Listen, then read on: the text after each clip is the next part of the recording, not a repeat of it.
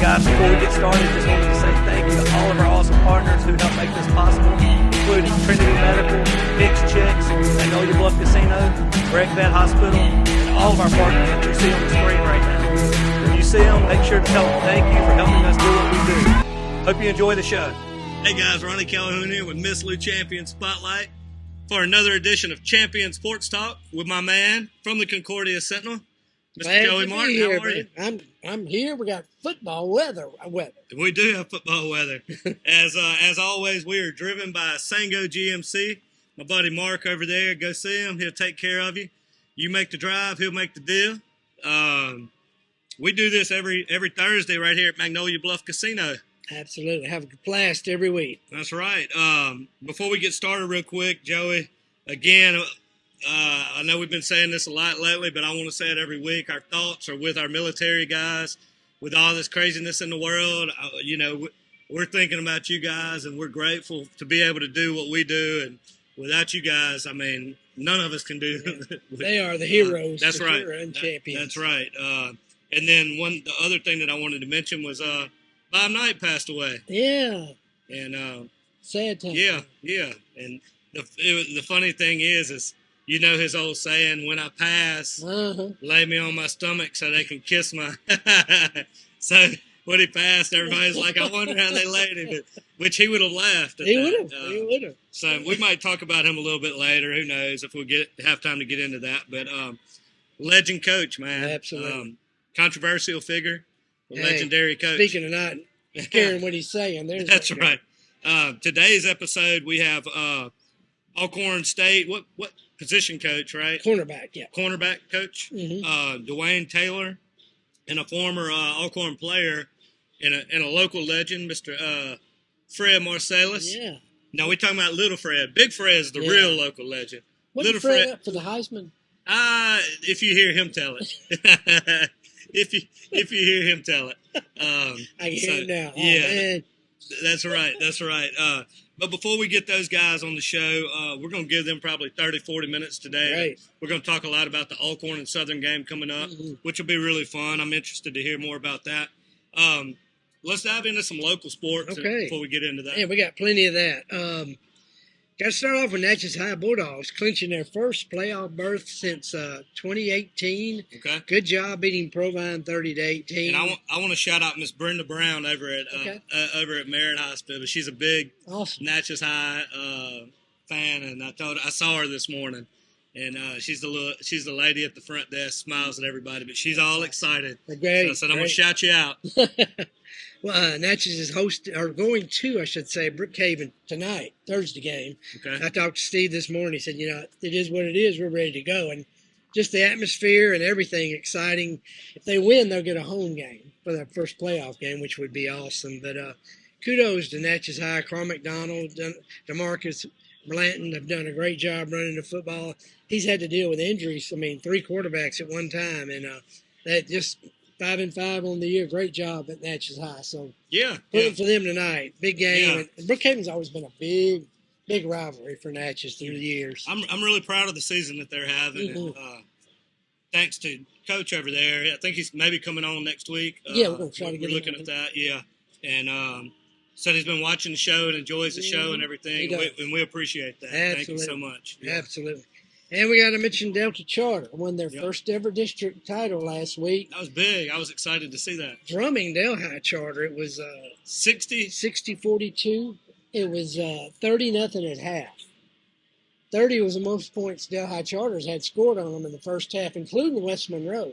Wow. They scored 28. So wow. Yeah, it was a big win for the Storm. And, of course, Javari Singleton had a big game. Otis Bates, David Cool, all the seniors has really contributed. And they've got Block tomorrow night at home, senior night. And you don't want to – they should handle Block. Let's face it. But and you don't want to – after you've made this big a win, you don't want to share that title, even though you still be champion. You want to say, hey, we're outright champions. That's right. And even more than that, you don't want to let off the gas. You've worked hard to get to the point where you're at. The last thing you want to do is let off the gas. And, be the hammer. Yeah. When you get this far, continue to be the hammer. And you get this chance once in a lifetime for these seniors. Right. This is it. So finish strong and see what if you can make a run. That's right. And block, I tell you, you can't take them lightly. They've got two guys, Christian Osteen, Corin Collins.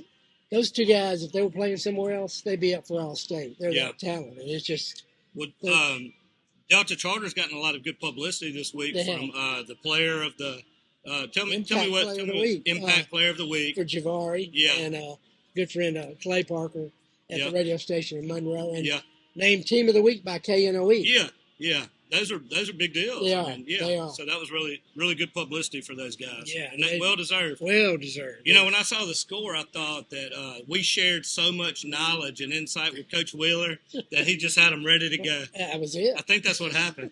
I think he was driving home going, man, I got to hang out with these guys more often. I really learned a lot from these two guys. We enjoyed having him on the show last week. A great guy. Great guy. And the job he's done, he's probably one of the most underrated coaches around. And I talked to the Delhi Charter coach this week. He said, man, Delhi Charter's fortunate to have him. And he was very, very commended.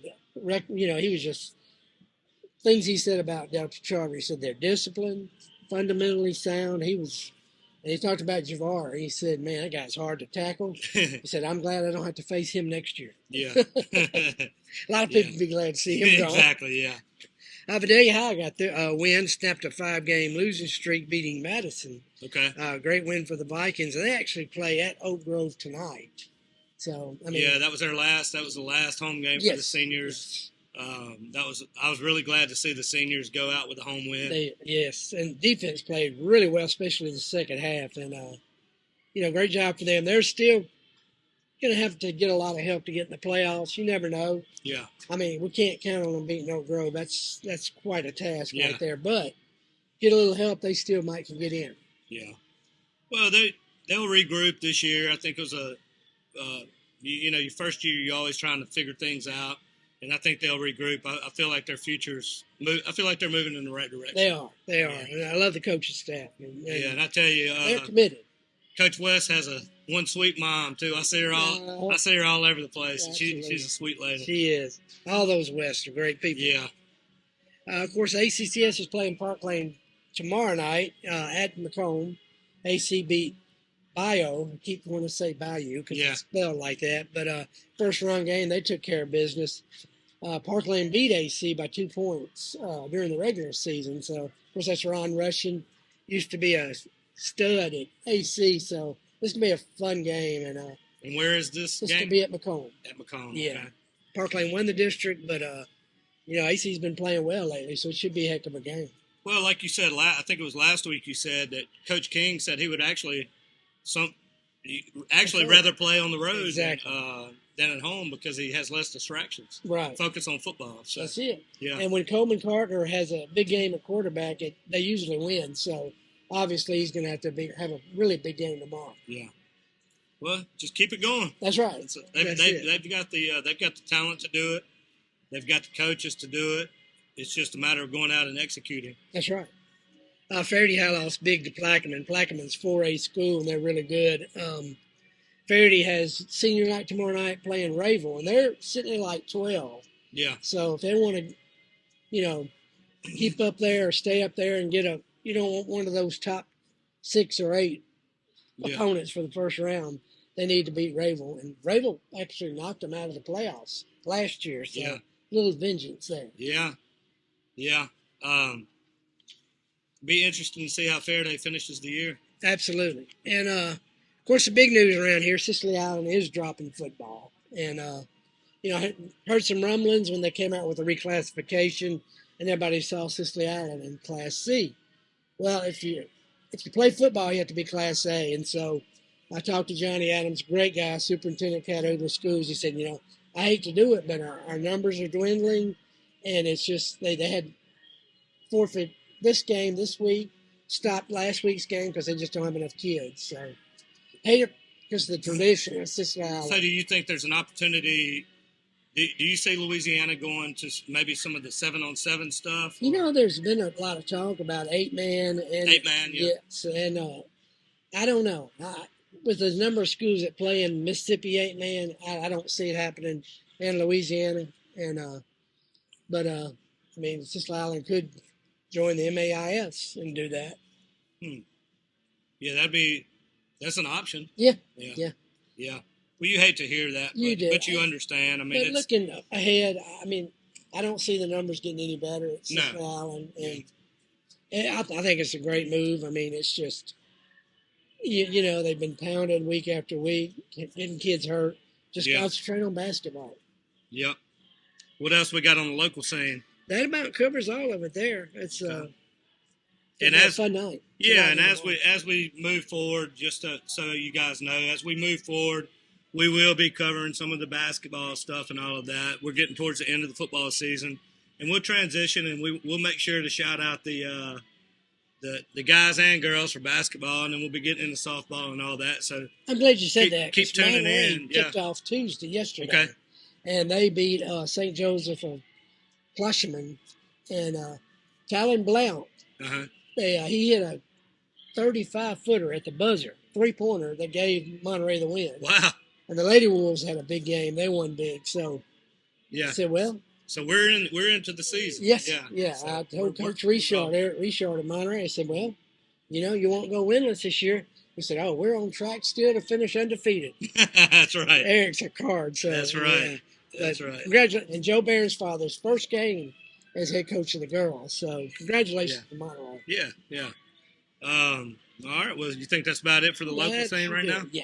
Okay. Well, what we'll do is we'll take a quick break, and we'll be right back after this with Dwayne Taylor, Alcorn coach, and former player Fred Marsalis for some Alcorn and Southern talk. See you right after the break.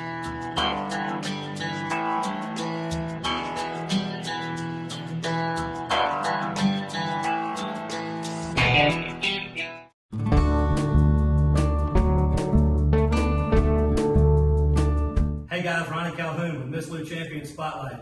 We are in the studio today with one of our awesome partners, Mr. John Hicks from Hicks Chicks, and we are here for a challenge. I grew up with a mama that could throw down in the kitchen. I hear you. So I'm used to homemade. I think you'll be happy. So I'm gonna taste these and I'll let you know from my expert homemade mama cooking how good these are. They're good, I can tell you.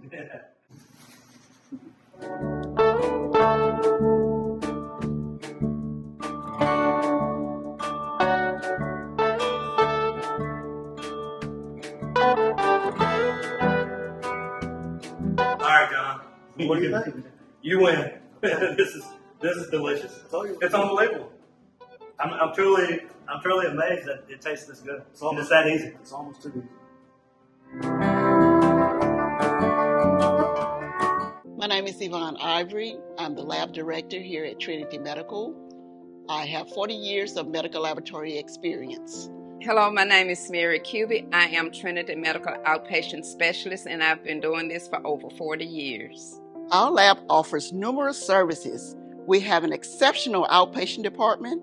We provide phlebotomies and venipunctures for tests requested by physicians.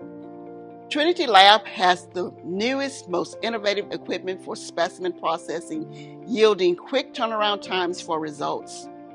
Doctors are able to diagnose and treat patients in a timely manner for faster healing. Our newest addition is our in-house microbiology department. Hi, I'm Fayla Gidon, and I am the lead microbiology tech here at Trinity Medical. I have over 24 years of experience, and this is our brand new microbiology department. So if the doctors suspect infection, that's where we bring the cultures back here. We set them up on different types of media, depending on what type of culture it is. So if we have some growth, it'll be something like this. So we do some offline tests where we determine if it's gram-positive, gram-negative, and then we're able to set it up on our machines, and it's able to tell us the organism. It gives us an ID, and it also gives us a sensitivity, which shows the doctor what drug will treat the patient and kill the organism. Here at Trinity, we are committed to providing excellent patient care and services to promote the healing of our patients and our community.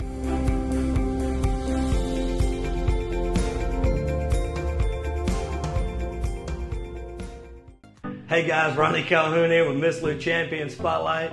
We're out at our awesome partners, Greg Veterinarian Clinic, and we are in the back in the Barkley Pet Hotel and Spa.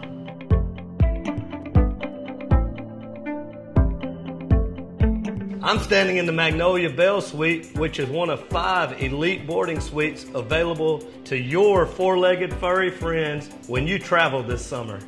Each suite comes with a private bed, flat screen TV, 24/7 video monitoring, and a sliding door so your pet feels like they're home. They provide one-on-one walking and activities in a fenced-in private backyard. So call Greg Vet Hospital today and request your pet suite at the Barclay Pet Hotel and Spa. They'll leave the light on for you. Call Greg Veterinary Hospital today.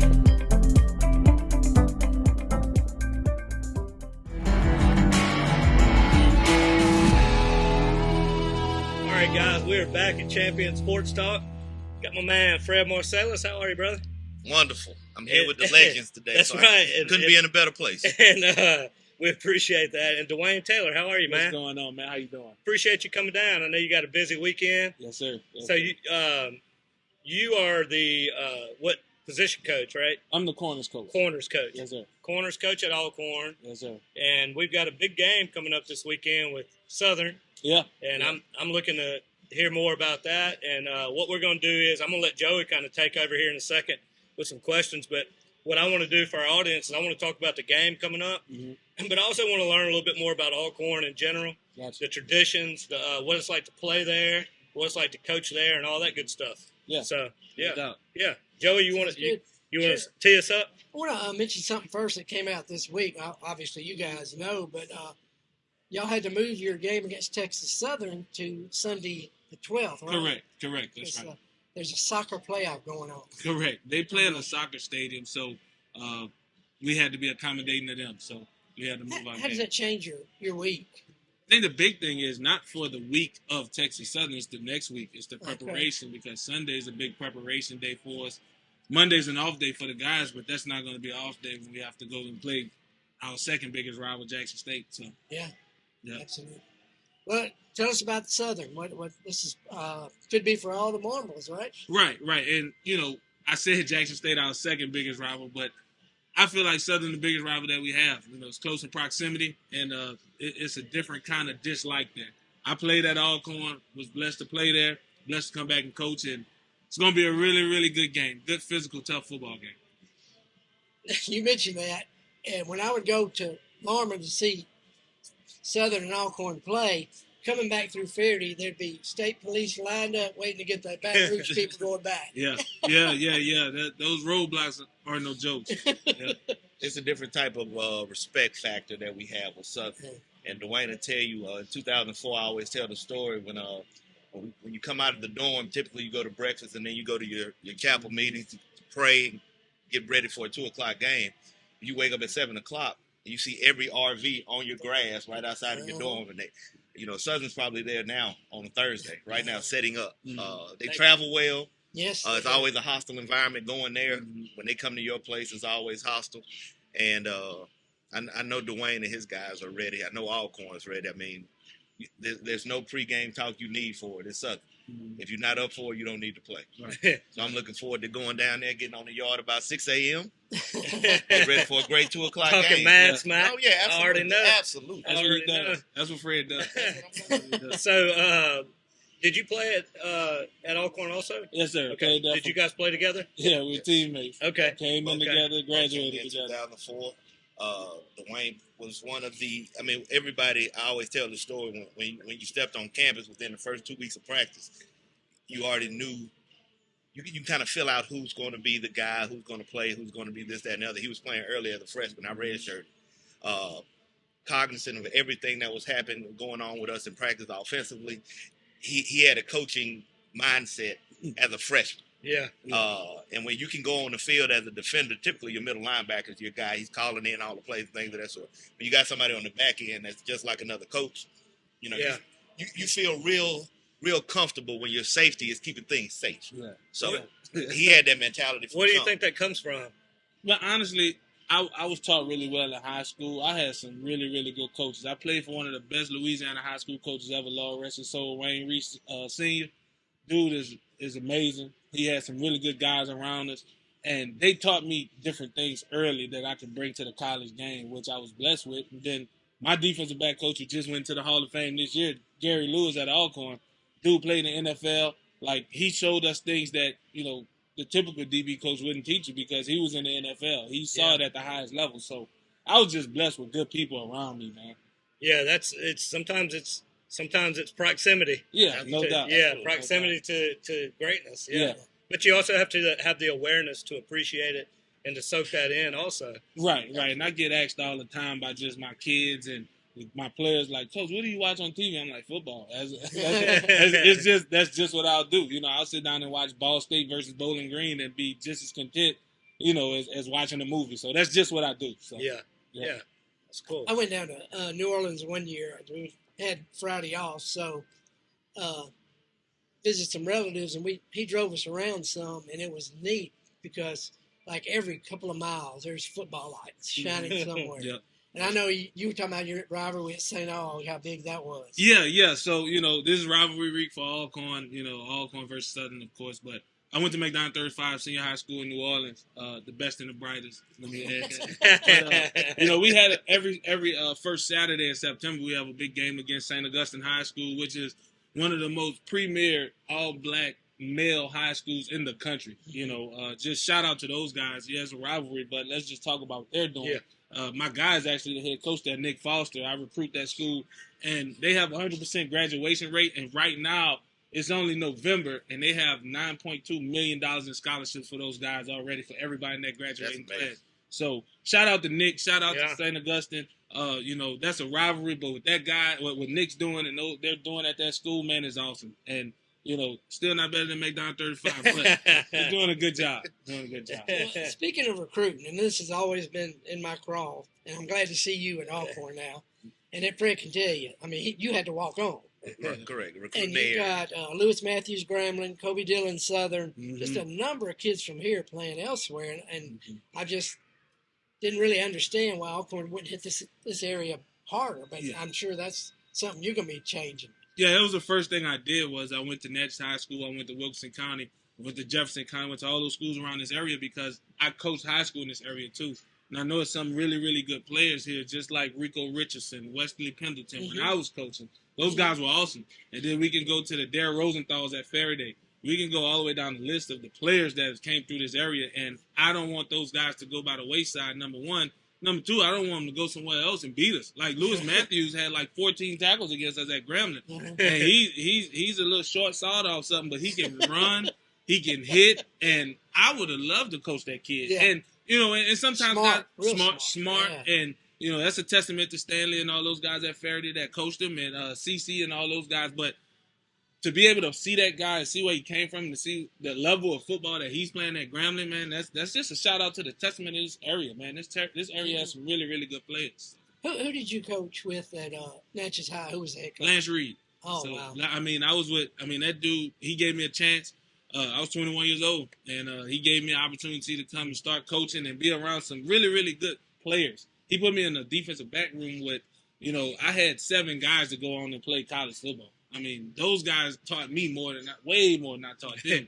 So shout out to those guys, man. And shout out to Lance Reed, because if it wasn't for him, I wouldn't be where I am. So yeah. So what's a typical week like? Do you get with your cornerbacks, you get with your head coach, and he brings all the defensive coaches together to tell them what you need to do? So something like that. So, Saturdays, typically hopefully it's a celebration. Hopefully we're in the locker room celebrating, and we let them celebrate for 24 hours.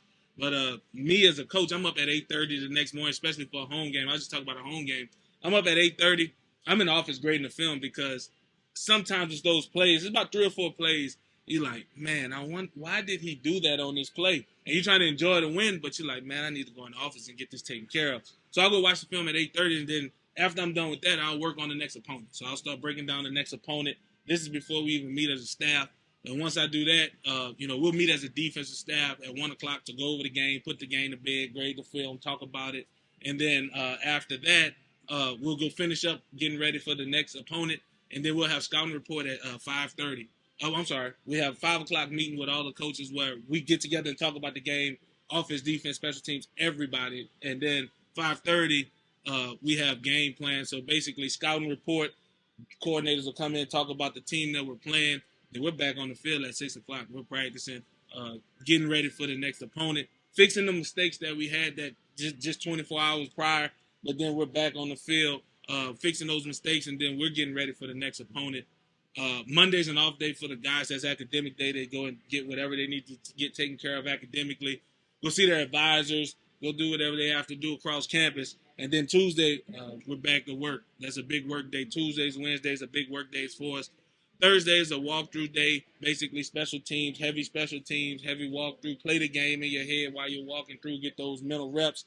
And then Friday, depends on if we're traveling or not. We'll walk through in the morning if we're traveling. If we're at home, we'll walk through in the evening time. Guys have a little movie night. We get them out of the dorms and everything. 6:30, they'll get on the bus. They'll head to the hotel because we get our guys off campus for the hotel. And then on Saturday morning, they're waking up, getting ready to do it all over again. And of course, a huge part of winning any game is adjustments you make at halftime. How do y'all go through that? Yeah, so, this has been real different for me because I am the corners coach, but I'm also the passing game coordinator as well.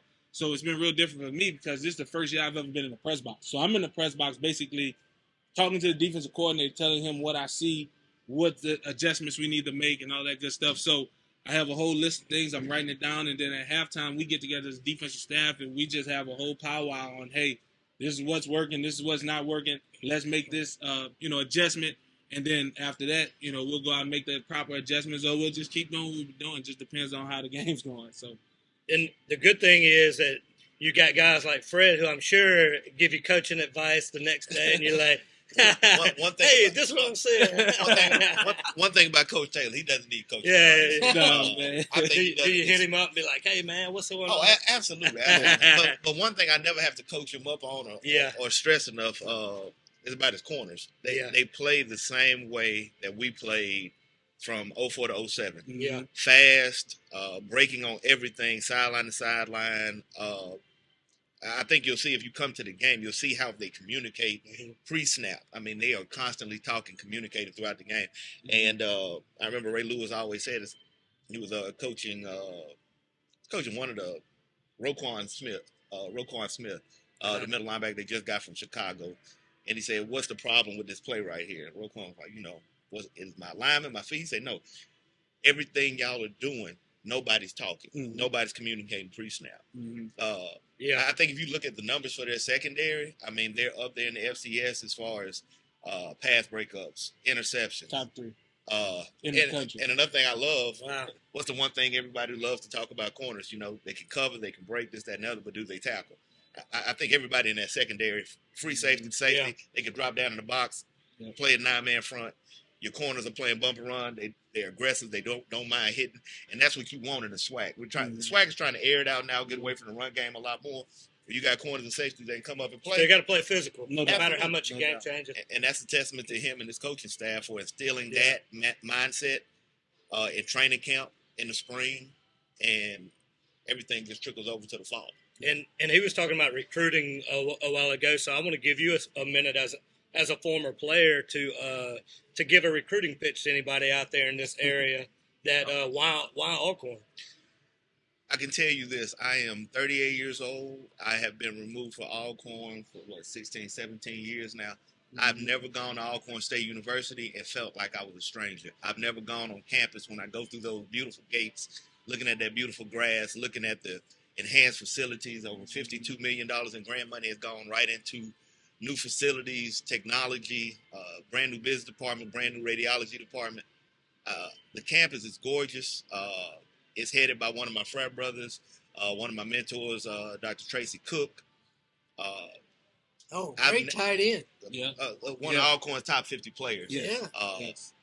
Played out for Fraternity Incorporated. I'm blessed to say that's my brother. Fayette, isn't he? From Fayette, Mississippi. Right down the road. It's a close-knit environment. It's a family environment. Every time I go back from home coming into a game, I just always feel like I'm at home. Yeah. So if you're from California, if you're from Hawaii, if you're coming from Washington State, if you're from New York, if you can play ball and you want a home environment, come to the yard. Yeah. Well, guys, what impresses you about the Southern offense? Me? Is Coach Dooley. This dude has been around for a long time. And he's one of the best in the SWAC. I mean, he probably has a championship ring for every finger that he has. Proven track record. Proven track record to be able to put points up. And one thing about it, you talk about recruiting. He knows how to recruit guys to get in his offense and do what he wants them to do. And it's been like that since I played in 2004 when he was at Southern as the receivers coach, all the way until he went to Grambling and they won the Black National Championship until now. He got guys that can go get the ball. He got guys that can run the ball, and he's always gonna have a really, really good quarterback. And the quarterback, the ones that make him go. The Blood kid is very, very, very good, and they got some guys around him that if he gets the ball in their hands, it can be a long day for us if we don't wrap up, tackle, and do what we're supposed to do. Yeah. Yep. So can Fred McNair still throw the football? Yeah. They don't call him Air for nothing. That's They right. don't call him Air for nothing. Still slanging a little bit. He's still Air. So he's the original Air. People don't know that Right. story. Steve was there too. Air is Right. Steve is Air to McNair. Mm-hmm. And they had a brother So Mac is Fred Air McNair. So Okay. I want to tell that I story. didn't know that. Yeah. Tim McNair is a spokesman for everybody. Yeah, hey, that's the brother. So yeah, I'd have to hunt Steve down after a game, and Tim would be coming right to me. yep. The agent almost. Yeah. What you mentioned the Black National Championship and all of that. What does it mean? What does it mean just overall, like the SWAC? What does that mean to you guys, and to play there, to lead young men? It's a historic. It's More than football, right? It's way more than football. Yeah. And the reason why is because the first person I texted when I got this job was my DB coach, who played in the SWAC, who coached me at Alcorn, and the words that he said to me almost made me cry because I know where I was when I was on that campus. I know that I needed a mentor. And my dad's in my life and everything, but it takes a village to raise a child. And you want a village, I'm talking about being able to take care of them, not even financially, just mentally. I mean, the SWAC is awesome. Every school you go to, they're going to feel the same way about their school. That's the whole point. It's a lot of pride. So it's it's so a much lot of pride. pride. I love that about the SWAC. And the thing is, we're like first cousins. We'll fight with each other. We won't let anybody else fight with us. So, if the MEAC, the OVC, they try to come down here, it's the whole SWAC against y'all. We don't play that. Yep. Yeah. For me personally, I just remember the first game outside of a junior high school game I went to was probably in '94 with my dad. When McNair was running the show at Alcorn. This is when you go to if you're familiar with Alcorn, where our tailgate tent is, right behind our tailgate, we have a big IT building. Well, the stadium was only holding about 20,000. They put seats on top of the IT building where you would have to go up those flights of stairs and go sit. And you had a great view of watching Steve McNair throw for 490, run for another 140. Yeah. When you talk about Southern University, Aeneas Williams, you talk about Michael Strahan at Texas Southern, you talk about Jerry Rice and Willie Todd in Mississippi Valley at Satellite Express. I'm saying these names, and it's just so much lineage. Yeah. When you put on that Alcorn jersey, it's not just about Alcorn. It's not about Tracy Cook, Charlie Spiller, Nate Hughes, Dwayne Taylor, Steve McNair, Richard Miles, Johnny Thomas, who was our head coach, who still had the single season record for tackles. It's a sense of pride. It's a sense of love and appreciation for the people that came before you. And when you put that jersey on, you have a responsibility to represent yourself well and to play as hard as you can. Coming from a historically black institution, it's a lot of talk about, bringing more awareness to HBCUs against PWIs and things of that sort. At the end of the day, we're all trying to get the same education. If you're playing ball, you're trying to get to the league. We all want the same goals. But I'll tell anybody, man, I don't regret my decision at all going to an HBCU. And it's not just for the band at halftime. It's not just for the homecoming parties. When I tell you, when I go to Alcorn State, I always feel like I'm at home. I mean just that. And I can't wait to touch down on campus on Saturday because it just gives me a sense of pride every time. And he'll tell you as well, when we played at Alcorn, we were happy to get double mattresses in the dorm before training camp just to get a good night's sleep. When you come back to a place 15, 20 years later and it's better than how you left it, things are going right on campus. And the leadership at Alcorn is amazing, from the coaching staff at Alcorn to Marcus Ward, who's over Foundation. Got title now with LaWanna Ware, who's local right here in Natchez, Mississippi, and Tracy Cook. I just love where we're going with our university. Yeah, I'm glad to hear that. And I'm going to keep you guys around. We normally take a break, but we're just going to keep pushing through. And I want to transition, and we'll talk a little bit of general college ball here in a minute. And then we'll even talk a little pro ball. But I want to give Joey a chance to – you got any more Well, I would say wrapping up with Alcorn and sure, Southern. you're talking about Michael Strahan. He's the only person I ever saw sack Steve McNair. He sacked quite a few people. Yeah, no doubt. When you talk about the swag, people don't talk about Strahan. Strahan was tall, lanky, but he literally could play middle linebacker or outside, and he was sideline to sideline. So Steve was breaking. It's no surprise that Strahan's right there. And there's no surprise he's in the Hall of Fame. Right. On Good Morning America, doing great. He was doing that at Texas Southern long before all of us were even thought of. So. And I want to ask you, Dwayne, you were talking about recruiting at the New Orleans area. Mm-hmm. I mean, you know, a kid's a top 10 player. You know he's going to end up somewhere like LSU or Georgia or Alabama. Do you concentrate more on the kids you know you can get? How does that work? Well, I think with the transfer portal, man, we don't talk about that a lot. But, you know, when you're recruiting a kid and he has the LSUs, the Georgias, you're recruiting him for the second time around. Because there's a possibility that kid's going to get in the transfer portal. So you tell him, hey, man, look, I know you got the Georgias. I know you have the LSUs, but you got all from Alcorn State, too. And don't forget that we offered you just in case something happens when you get, awesome. You know what I'm saying? And it's crazy. That's what college football has come to. You know what? This is actually a perfect transition into our college talk, because that's the first question that I was going to ask you today about college talk in general.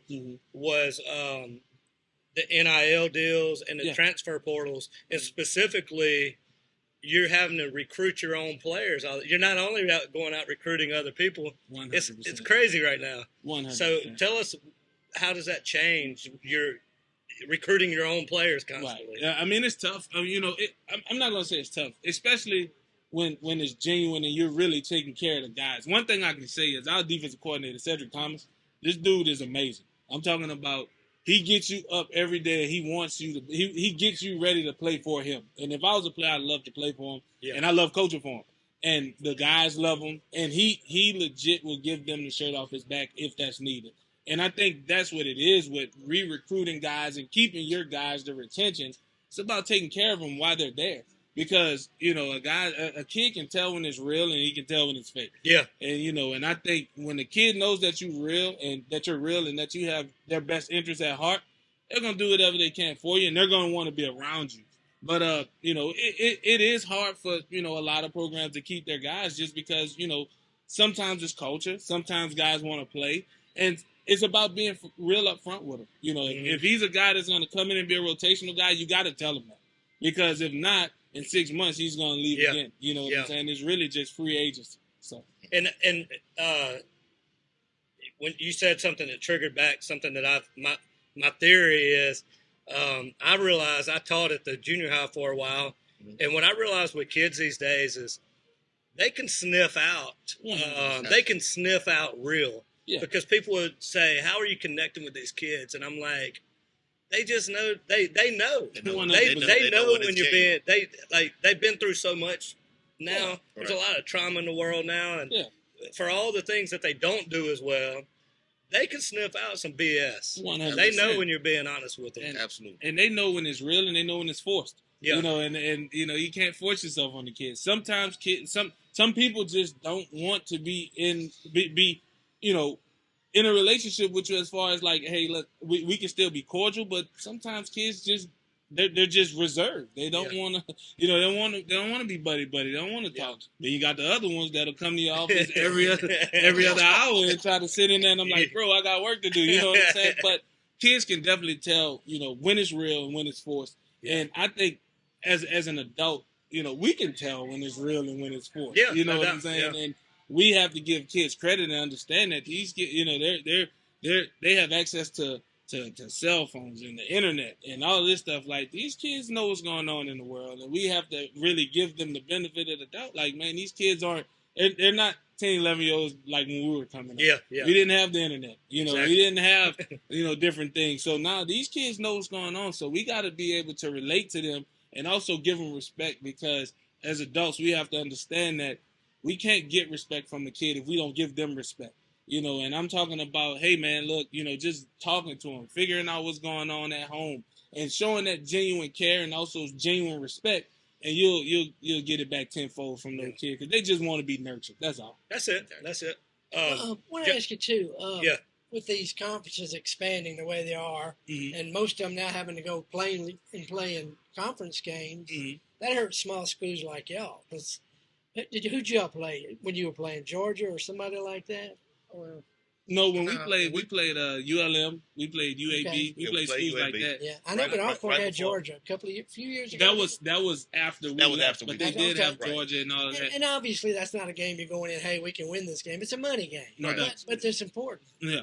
because you probably make more off that game than the whole year. Well, I'll say this: at Alcorn, it's a little different than some HBCUs or some smaller schools because the gate that we're gonna get at Southern Yeah. is Right. way more than we will make, and to go up there, and it's not worth us going up there to Going up Georgia there. and getting our guys broke up, Right. you know, and we're gonna make a lot of money this Saturday. Yeah. Homecoming, we make a lot of money. You know what I'm saying? And I think it's a little different with certain schools. You know, certain schools have to go play those games. So You know, this is homecoming. no, No. homecoming's He was already saying done. that. When I think homecoming, I think Emmanuel Bonds. Oh yeah, And this it's homecoming. He's still doing the same thing. Still there. It's swag time, baby. So he's still doing Another the same Breeze thing. first job. Yeah, so you Right don't there. you don't have to. You have the kind of the luxury of bringing in some big crowds and Correct. Yeah. Correct. Because I've been at schools where you bank on going and play Toledo and Marshall first 2 games of the season, Yeah. and it's not fun. Yeah. You know, you got to go play the Wake Forests and the JMUs, and then you come back and now you're down 3 starters. Correct. You know, and just the morale. guys' spirits are broken. You know what Yeah. I'm saying? Their spirits are broken because they're like, man, why this school didn't recruit me? I Yeah. can play with these guys, you know, blah, blah, blah. And let's be real, you know, some guys probably could go and play at those schools, but not every person on your team can go play at those schools because Yeah. if they did, they wouldn't be at your school. yeah. So, Well, I want to ask Fred, too, as a walk-on, what did you have to overcome as far as improving yourself? And, I mean, obviously, the coaches are not going to look at you like they Right, look at a guy they recruited all year. Look, jokingly, injuries. yeah. Yeah. Dwayne can attest to it. I mean, my first year, I was getting 30 carries against the first team defense on Tuesdays and Wednesdays. So I spent a lot of time in the training room. But just the way my mental makeup was, you know, I just had a lot of pride. I wasn't going to give up. I knew that when we lost to West St. John in 2003, I just knew for a fact all the doubt about who's going to go play, who's going to continue. I just didn't want to take the pads off. That was a personal decision I made. And from another standpoint, and I would love for every kid to listen to this, I mean, sometimes you got to understand your purpose and your role. You know, me as a walk-on, you know the odds are stacked against you. You're not going to play probably the first 2 years. You find your niche on the team. My niche was special teams.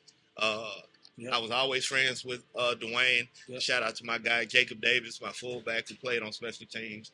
You know, you get in those rooms, you hustle.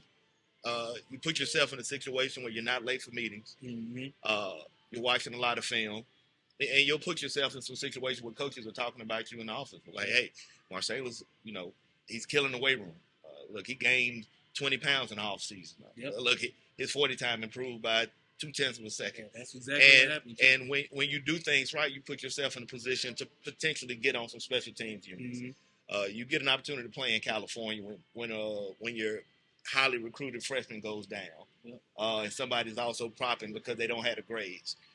The other alternative is you can sulk, you can pout, you can say, why am I not getting an opportunity?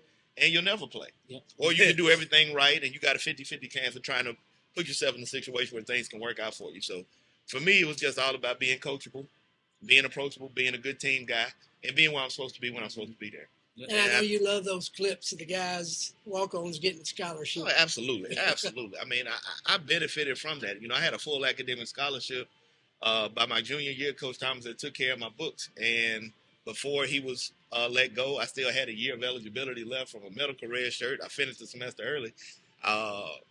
He provided me the opportunity to go and get a whole year of grad school taken care of. And that's because of just being a coachable guy, contributing on special teams, being great in offensive meetings, and helping our guys get prepared for games. So sometimes you understand your role, things work out for you, and everything I learned at Alcorn, all those hard practice days, all those grinded out nights, all those late bus trips or flights getting back home and having to study to keep my grades up and things like that. So I incorporate that in my everyday life now. You know, I tell anybody during those times, you can make it at Alcorn, you can make it anywhere. Yep. And I still hold hold those values true to myself today. So did y'all ever meet one-on-one during a practice? Yep. Oh, yeah, we did. We did. In the story, I don't know. Hold on. I'm gonna let you tell your story. Fred was on scout team. I was a starting safety. So we on scout team, and somebody made the defensive coaches mad. So they were like, scout team's live. Cool, okay. Fred runs the screen. Right or wrong, Fred? Fred runs the slow screen. Fred gets the screen. He runs to the sideline. I run straight through his face. Next thing you know, he in the training room. You tell your story. We're going to have two different versions. Yeah, Tell your story. yeah, because he truly has some CTE. The screen was set up perfect. I made a move on Antonio Cooper, and I headed to the sideline. I'm about 14 yards upfield, and I see Dwayne coming in that corner. We're anchored. And I come from the Keith Woodside School of D Fair Club. You don't skip out of bounds. You deliver a blow. I dropped my hat. He came through. We hit each other, and boom, went just like this. That's about right. And I know for a fact. That's about right. Now, I will say this. That's about right. Yeah. He brought a hit. I got up, I was like this. Yeah. And I'm like this. Hey, somebody else. Good. When Dwayne got up, he was shaking his head. Yeah, I was like, oh man. Yeah. Why you just gonna lie on camera? Now you want to yeah, that was probably right. You right. Look, transitioning into we got a little bit more college talk. Just real quick, we might just spend a couple of minutes on this, maybe 5 minutes or so. But let's transition into some of our top 25 talk. Yep.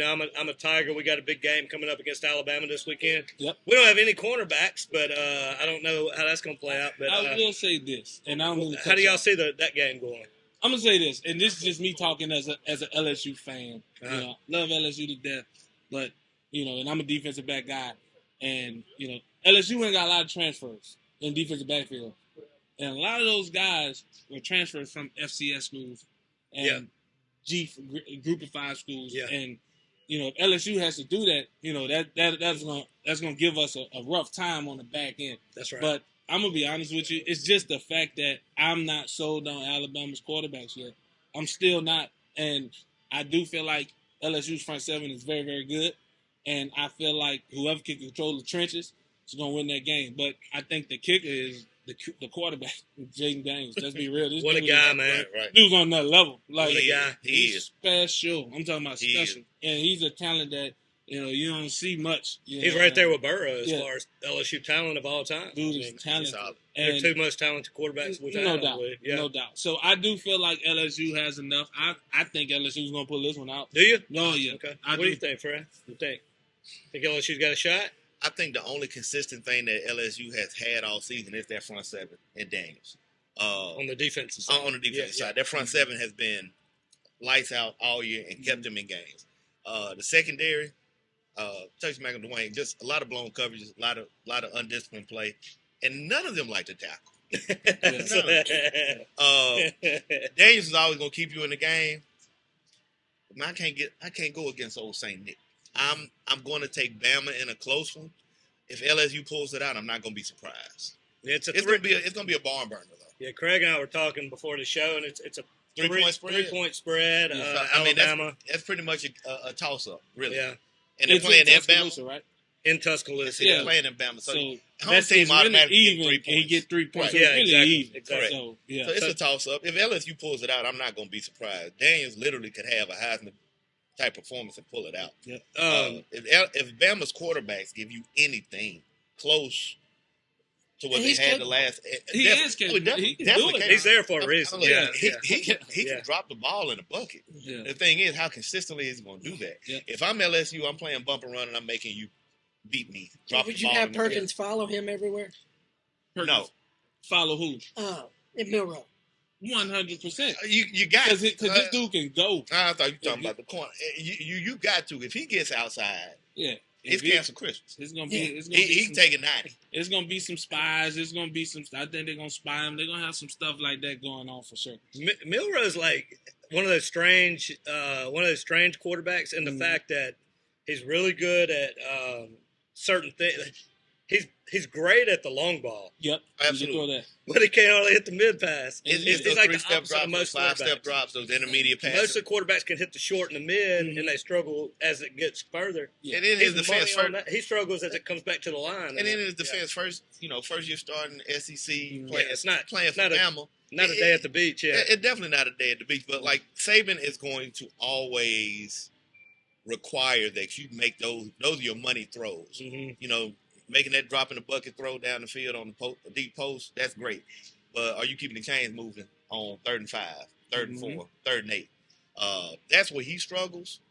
That's why I give Daniels an exceptional edge because he's done it at the highest level for multiple years. He's special.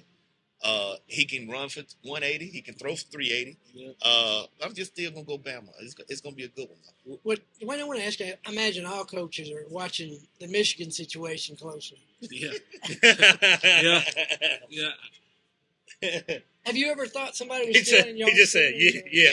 That's all you can I say. think it happens every game. I've never had a situation or heard of a situation where somebody goes to the game to steal them. But I mean, there's guys in the press box for a reason trying to pick those things off. I mean, that's not And that's cheating. okay during the game. It's not cheating, So I mean, in the NFL, people are watching the end zone. I mean, watching the TV Spygate. copy, just trying to hear those little cadences. Josh Allen hollering, LeBron James, he's running a five-step drop, throwing a bang 8.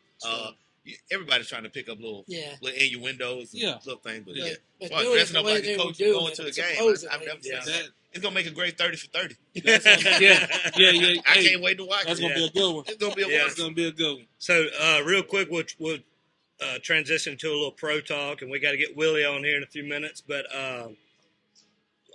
lastly, since I have y'all on camera and you can't go back and say I didn't say that, who you got to win it all this year?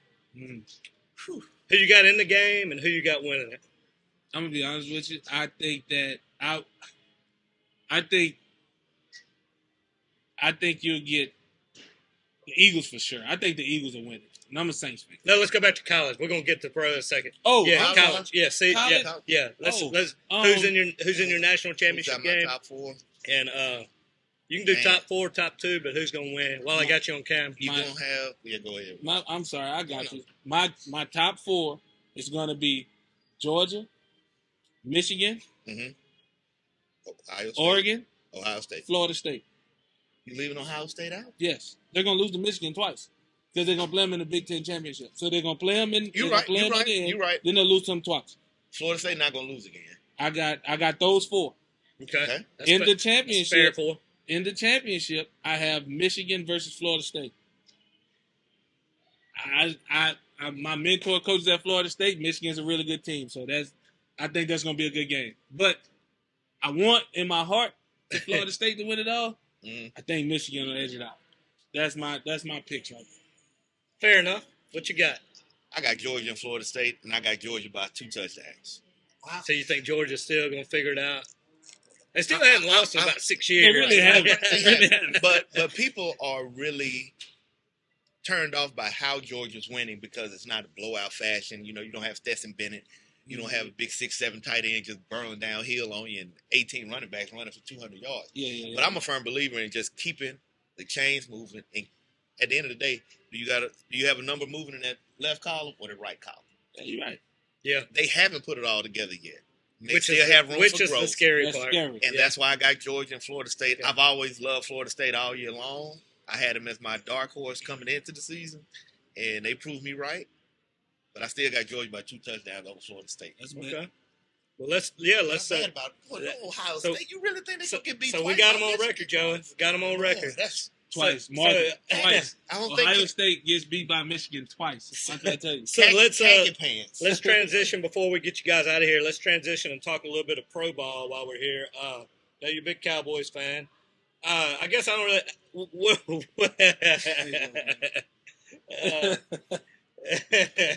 How about them boys? There it goes. Wear my hat. What? How are you feeling about the Cowboys season? Can't take me anywhere. I heard you, Joe. You can't. You really can't take me How anywhere. are we feeling about the Cowboys? Big game this weekend. He'll tell you I'm a Cowboy fan since I was 7 years old, but I'm a realist at the end of the day. It's a lot of different factors that have to go into that game for us to come out victorious. going to a hostile environment in Philly, the one thing that's working in our favor, Jalen Hurts, I still think he's kind of nicked up with that knee, but he's still mobile enough to get out the gate on you. Our big thing is pressure, playing a lot of man coverage, and our front seven has to get home. We struggled getting home last week against the Rams. Everybody was really worried about Micah Parsons, but, I mean, you saw what we did with DeMarcus Lawrence and Odigi Uzua. They were getting home. And that's what Micah does. He commands the double team all day long. If you make Jalen Hurts a drop-back passer, I like our chances. I love Deron Bland at corner. I love what Gilmore can do, but, A.J. Brown, 6 straight games with 125. You asked the Commanders to hold him since he went for 175. Oh, we could go give him 130 the next week. And Gilmore is a seasoned corner. He's savvy. I like the big body matchup with A.J. He's going to give us problems.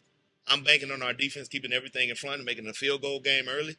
Hopefully Dak can rise to the occasion and make the necessary plays that momentum he had with C.D. Lamb. Mm-hmm. The Rams game can carry that over. Got Brandon Cooks involved. Hopefully Gallup can run some slants and keep moving the chains for us. Really need to get the running game in order, but this is going to be a throwing game. I don't think we're going to be able to run the ball effectively on Philly. My big point of emphasis for me, stop the run. A lot of man switch up a little zone, but we're going to really have to man up against Philly. Can Bland hold the secondary receiver in Devontae Smith? And can you neutralize Dallas Goedert because he's a matchup nightmare at 6'5", 220 running up and down the field? Give me my boys. I was about to say, all that being said. Give me my boys. All that being said, what's the We a score? 3-point dog. I got us by 4. All right. All that being Book said, it. Tease it by 1. He said it.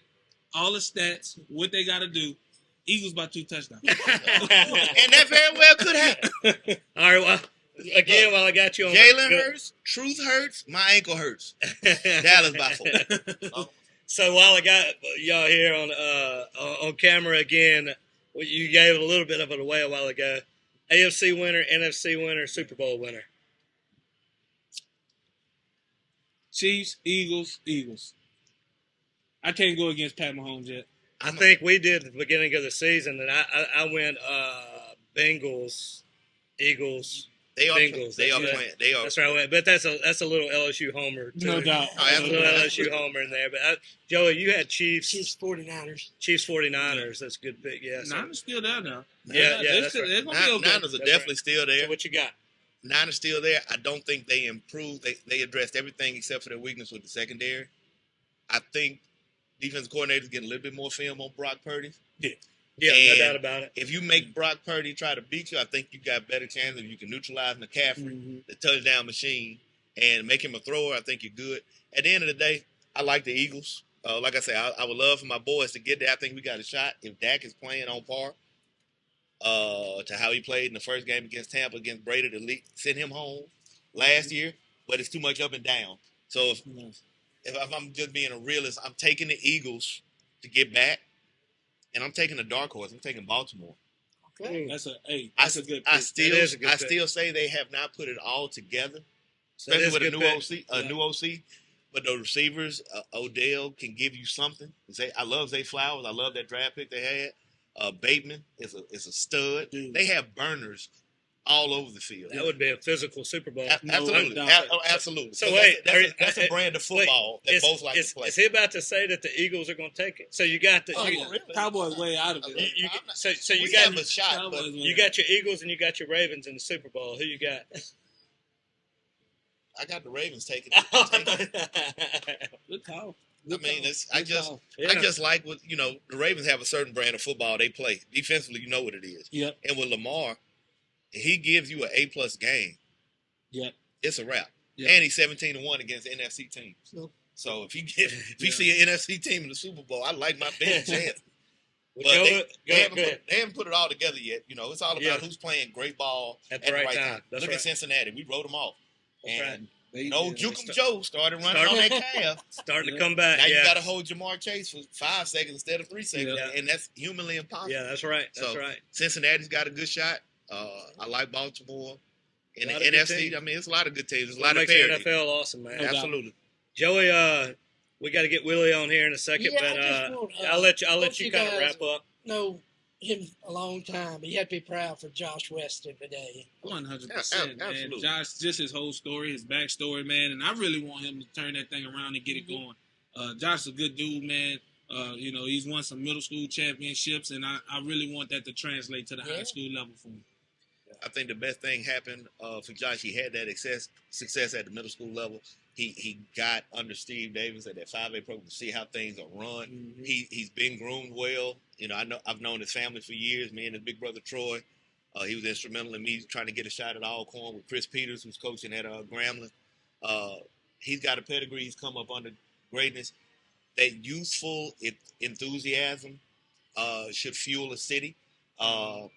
And just like we were hanging out after homecoming, the city of Vidalia and the communities were ready to embrace the program. Yeah. And you just want to get the butts back in the seats. And at the end of the day, I really hope that the community rallies around him. He's got a solid coaching staff.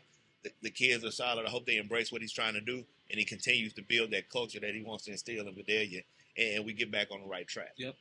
Yeah. Well, guys, we appreciate you coming in. I know y'all are both busy, but we appreciate you coming in. I really enjoyed hearing your insight, learning a little bit more about Alcorn. Yes, sir. Hearing a little bit about the game this weekend. Absolutely.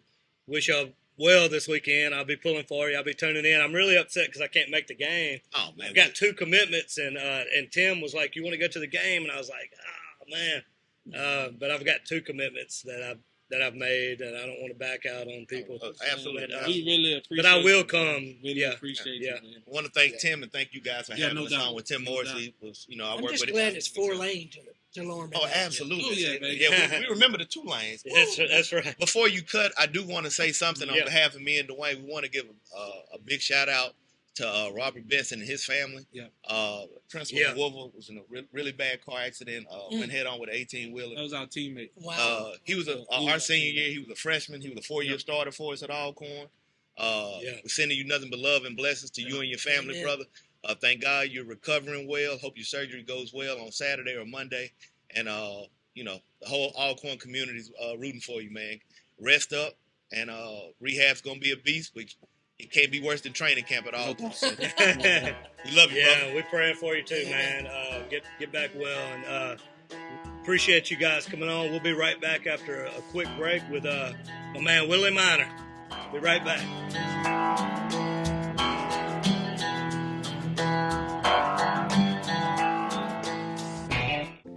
Hey y'all, my name is Katie Bellamy. I'm the physical therapist here at Trinity Medical. Physical therapy is a health profession intended to promote, restore, integrate, and maintain physical health. We accomplish this through exercise, manual therapy, electrotherapeutic thermal modalities, and neuromuscular re-education, and a variety of skilled interventions. We treat pediatric patients, orthopedic patients, neurological patients, post-surgical, and specialize in fall risk assessment and management. Physical therapy helps identify and improve physical deficits with conservative treatment, which allows our patients to get back to the quality of life they deserve. If you have a physical therapy need, come see us here at Trinity Medical.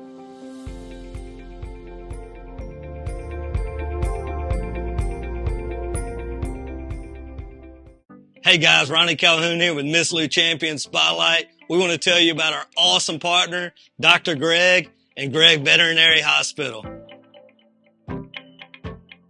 Greg Veterinary Hospital has been providing comprehensive, reliable, cutting-edge veterinary services to pets in the Miss Lou since 2002. They welcome pets of all shapes and sizes who are in need of emergency treatment or who require routine medical, surgical, and dental care. Dr. Greg and his team offer a long list of services, including in-house laboratory diagnostics, digital x-ray, soft tissue, orthopedic surgery, dental care, extractions, laser surgery, laser therapy, preventative health, and wellness plans.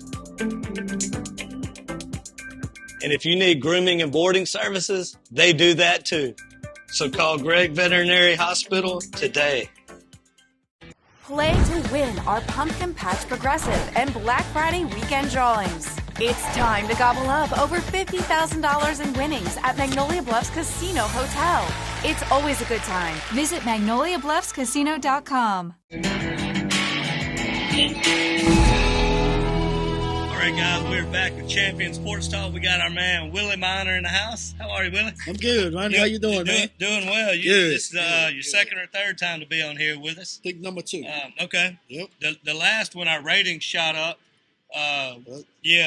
Women blind women 75 to 90. That market really shot up. I don't know what it was, but right. Let's see if we can do it again. That's right. Yes, right. Indeed.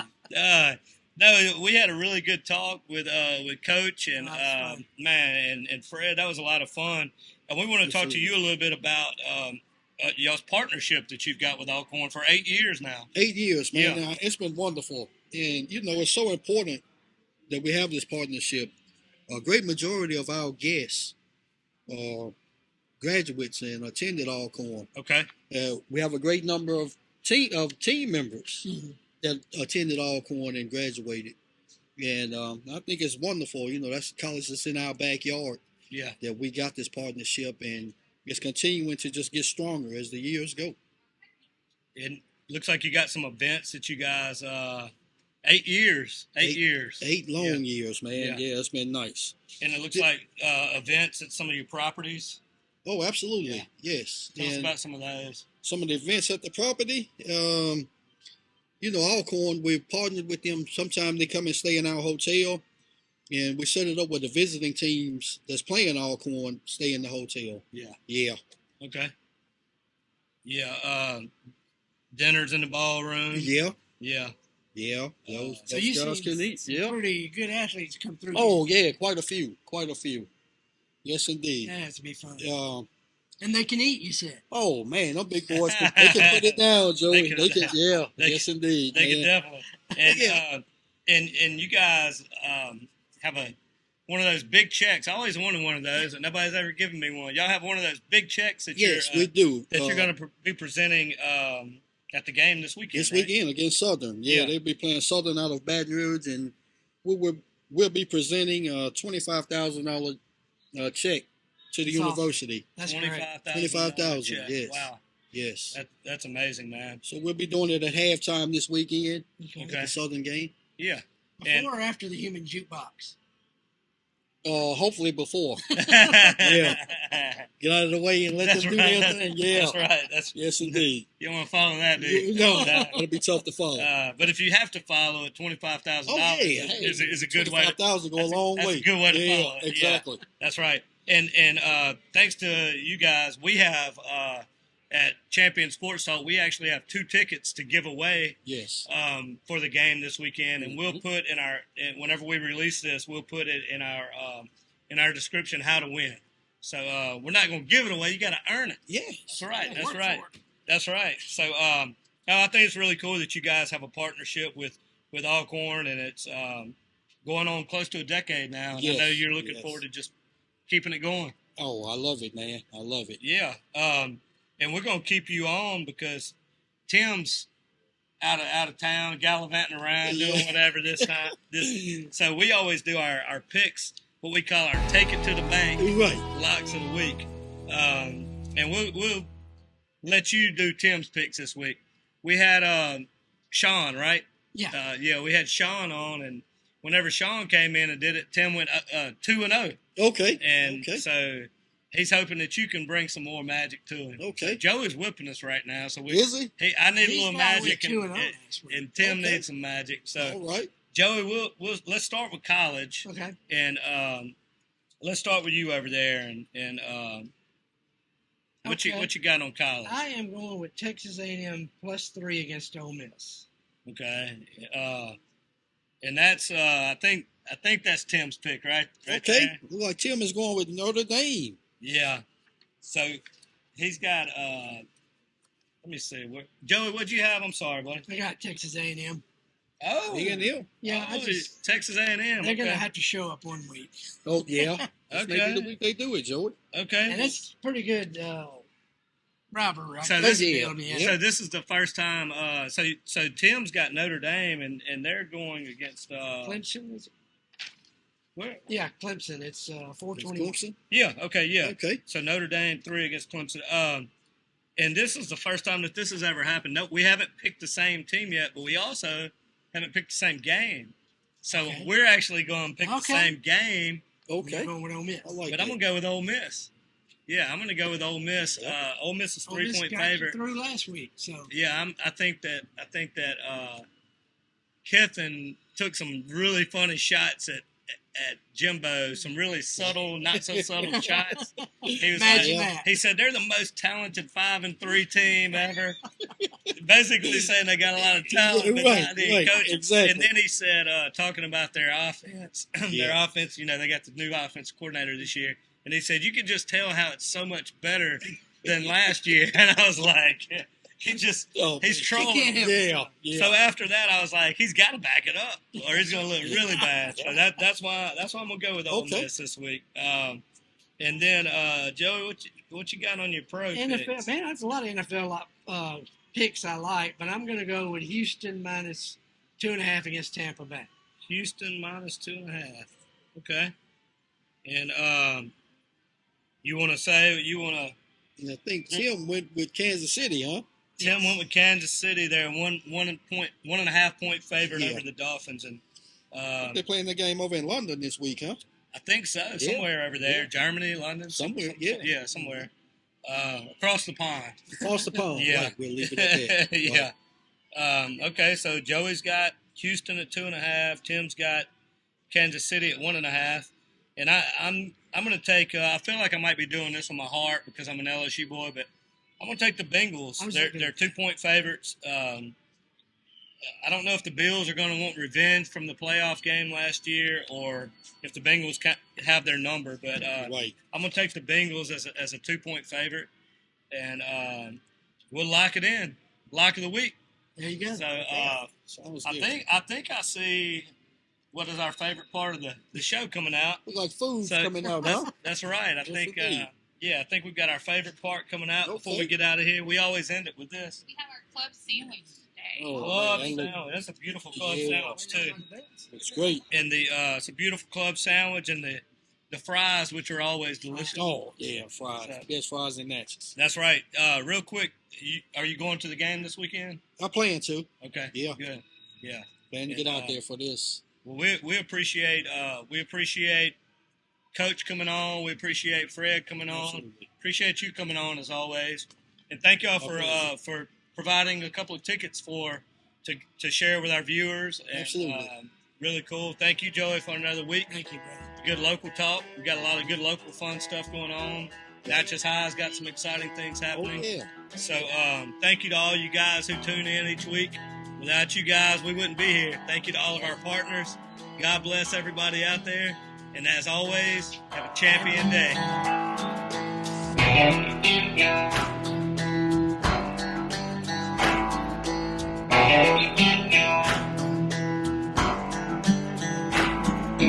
Just wanted to say thank you to all of our awesome partners who helped make this possible, including Trinity Medical, Hicks Chicks, Magnolia Bluffs Casino, Greg Vet Hospital, and all of our partners that you see on the screen right now. When you see them, make sure to tell them thank you for helping us do what we do. Hi, it's Shannon with Miss Lou Champion Spotlight. If you like what we're doing, be sure to follow, like, share, and even comment on all our content.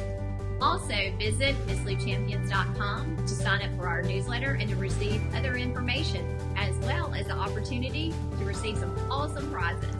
Thank you, Miss Lou, for your continued support, and as always, have a champion day.